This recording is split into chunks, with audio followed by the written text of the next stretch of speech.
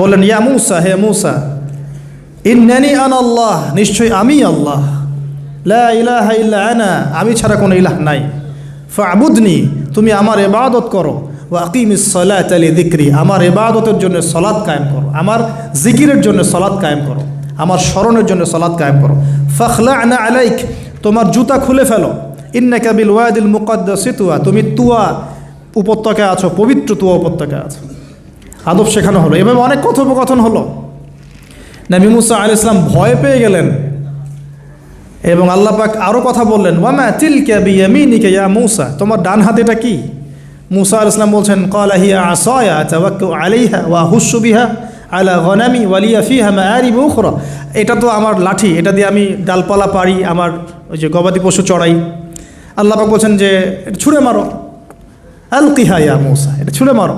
ফালকাহা, তিনি ছুঁড়ে মারলেন, ফাইদা হিয়া হাইয়াতুন তাসা, এবং এটা ছোটাছুটি শুরু করলো, বড় একটা সাপ হয়ে গেল। সুবহানাল্লাহ। এগুলো কোনো গাল গল্প নয়, এগুলো আল্লাহ রাব্বুল আলামিনের মুআজিজা, মুআজিজাতুল কুবরা, এটা বড় মুআজিজা। তিনি পিছনের দিকে দৌড়ানো শুরু করলেন সাপ দেখে, খাইফা ইয়াতারাক্কাব, মানে ভয়ে দৌড়ানো শুরু করলেন। আল্লাহ পাক বলছেন, লা ইয়াখাফু আলাই লাদাইনাল মুরসালিন, আমার কাছে রসুলগণ ভয় পায় না, তুমি ভয় পেও না, তুমি ওটাকে ধরো পিছন থেকে, সেটা আবার লাঠি হয়ে যাবে। পিছন থেকে হাত দেওয়া হলো, লাঠি হয়ে গেল। সুবহানাল্লাহ। এবার বলছে যে তুমি তোমার বগলের নিচে হাত ঢুকাও। মূসা আলাইহিস সালাম বগলে হাত ঢুকালেন, বের করলেন, হাত থেকে টর্চ লাইটের মতো আলো বের হওয়া শুরু হলো। এটা দ্বিতীয় নিদর্শন। কেন দেওয়া হলো নিদর্শন? এবার আল্লাহ পাক তার দায়িত্বটাকে বলছেন, তোমাকে নিদর্শনগুলো কেন দিলাম, তোমাকে মনোনীত কেন করলাম, কেন তোমাকে মনোনীত করলাম মূসা, তোমার কাজটা কি? তোমার কাজ এখন এইটা, ইযহাব ইলা ফিরআউনা ইন্নাহু তাগা, তুমি ফিরআউনের কাছে যাও। ফিরআউন সীমা লঙ্ঘন করেছে, মনে আছে ফিরআউনের কথা? সীমা লঙ্ঘন করেছে। তখন মূসা আলাইহিস সালাম তার অপারগতা প্রকাশ করছেন এভাবে, তিনি বলছেন, আল্লাহ, আমার তো জিহ্বায় জড়তা আছে, আর আমি তো ওখানে এক ব্যক্তি, আমার খুনের অভিযোগ আমার কাঁধে, আমি এখন কিভাবে কি করব আল্লাহ? তখন আল্লাহ রাব্বুল আলামিন বলছেন, এই দোয়াটা করো। কোন দোয়া? মূসা আলাইহিস সালাম করলেন, রব্বি ইশরাহ লি সাদরি, হে আল্লাহ, আমার বক্ষ প্রশস্ত করো, ওয়াসসির লি আমরি, আমার কাজকে সহজ করে দাও, ওয়াহলিল উকদাতাম মিন লিসানি, আমার জিহ্বার সমস্ত জড়তা দূর করে দাও, ইয়াফকাহু কাওলি, যাতে মানুষ আমার কথা বুঝতে পারে। আর আমার সাথে আমার পরিবারের মধ্য থেকে ওয়াজআলনি ওয়াজিরুম মিন আহলি, আমার পরিবারের মধ্যে একজন ওজির আমাকে দাও, সাথী। হারুন আখি, আমার ভাই হারুনকে দান কর। সুবহানাল্লাহ। তা হারুন আলাইহিস সালামকে নবুয়ত দেওয়া হলো, দুজনকে আল্লাহ পাক এখন বলছেন, ইযহাবা ইলা ফিরআউন, তোমরা দুজন এখন ফিরআউনের কাছে যাও। ফাইন্নাহু তাগা ফাকুলা লাহু কাওলাল লাইয়িনা, তবে তাকে গিয়ে কর্কশ ভাষায় কথা বলবে না, নরম স্বরে কথা বল। দায়ীদের এখানে সুন্নাহ, দায়ীদের জন্য শিক্ষা আছে, দায়ী আলেম যারা মুবাল্লিগ তাদের শিক্ষা আছে। ফিরআউনের সামনে গিয়ে দাওয়াত দিলেও কীভাবে দিতে হবে? ফাকুলা লাহু কাওলাল লাইয়িনা, নম্রভাবে কথা বলো। লাআল্লাহু, কেন নম্রতার সাথে? লাআল্লাহু ইয়াতাযাক্কারু আও ইয়াখশা, হয়তোবা নম্রতা প্রদর্শন করলে সে উপদেশ গ্রহণ করতে পারে, অথবা সে আল্লাহকে ভয় করতেও পারে। আল্লাহ পাক তো আগে থেকে জানেন সে ঈমান আনবে না, তারপরেও আমাদের আদব শিখাচ্ছেন আল্লাহ পাক এখানে। তারা দুজন চলে গেলেন, দাওয়াত দিলেন। ফিরআউন মশকরা করছে, ওয়ামা রব্বুকুম ইয়া মূসা, তোমাদের দুজনের রব আবার কে?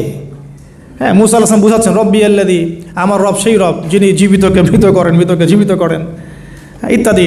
মানে যার হুকুম ছাড়া একটা গাছের পাতাও নড়ে না, যিনি মাটি থেকে সব উৎপন্ন করেন, বৃষ্টি বর্ষণ করেন, সব বুঝালেন।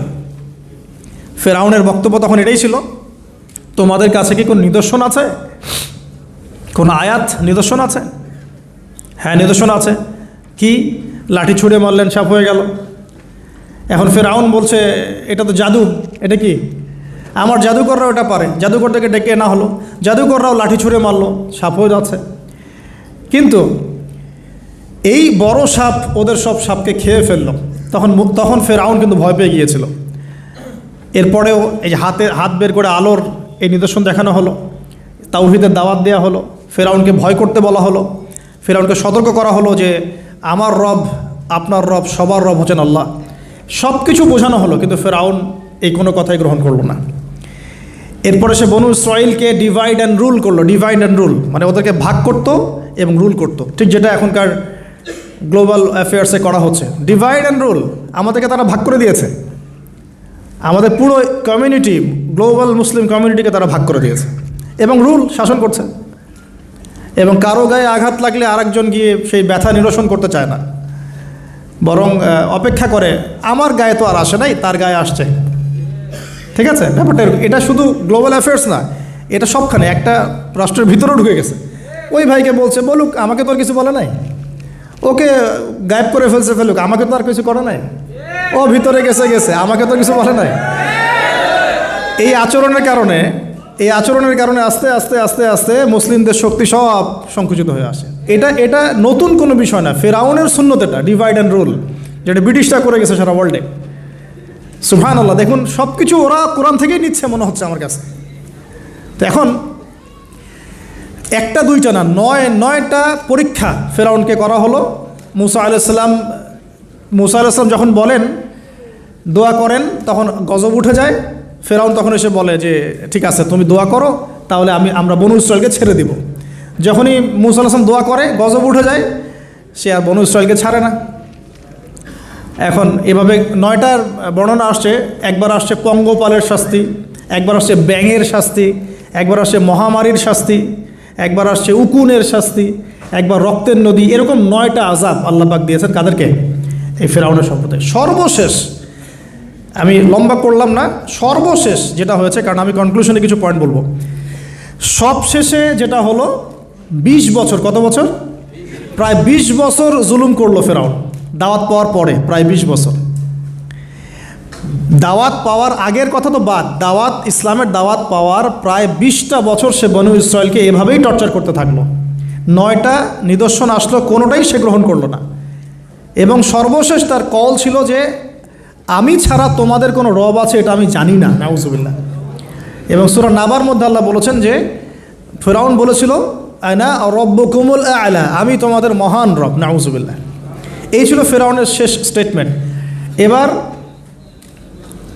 মুসা আলাইহিস সালাম বনু ইসরায়েলকে নিয়ে চলে যাচ্ছেন মিশর থেকে।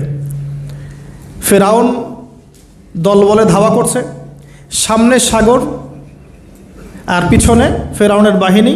মুসা আলাইহিস সালাম এখানে বনু ইসরায়েলকে নিয়ে একটা রিম রক বলি আমরা, যেটা পাহাড়ে উঠতে সামনেও যেতে না পারে, পিছনেও যেতে না পারে, এরকম একটা অবস্থা। এই সময়ে মুসা আলাইহিস সালামের গোত্রের কিছু মানুষ বলেছিল যে ইয়া মুসা ইন্না লামুদরাকুন, হে মুসা আমরা তো ধরা পড়ে গেলাম, আমরা মনে হয় আজকে ধরা পড়ে গেলাম। এই অবস্থাতে মুসা আলাইহিস সালাম বলেছিলেন, একটু বোঝার চেষ্টা করেন, পিছনে ফেরাউনের বিশাল বাহিনী, সামনে সমুদ্র, যাওয়ার কোনো জায়গা নাই, একদম কোনো জায়গা নেই, খালি চোখে কোনো জায়গা দেখা যাচ্ছে না।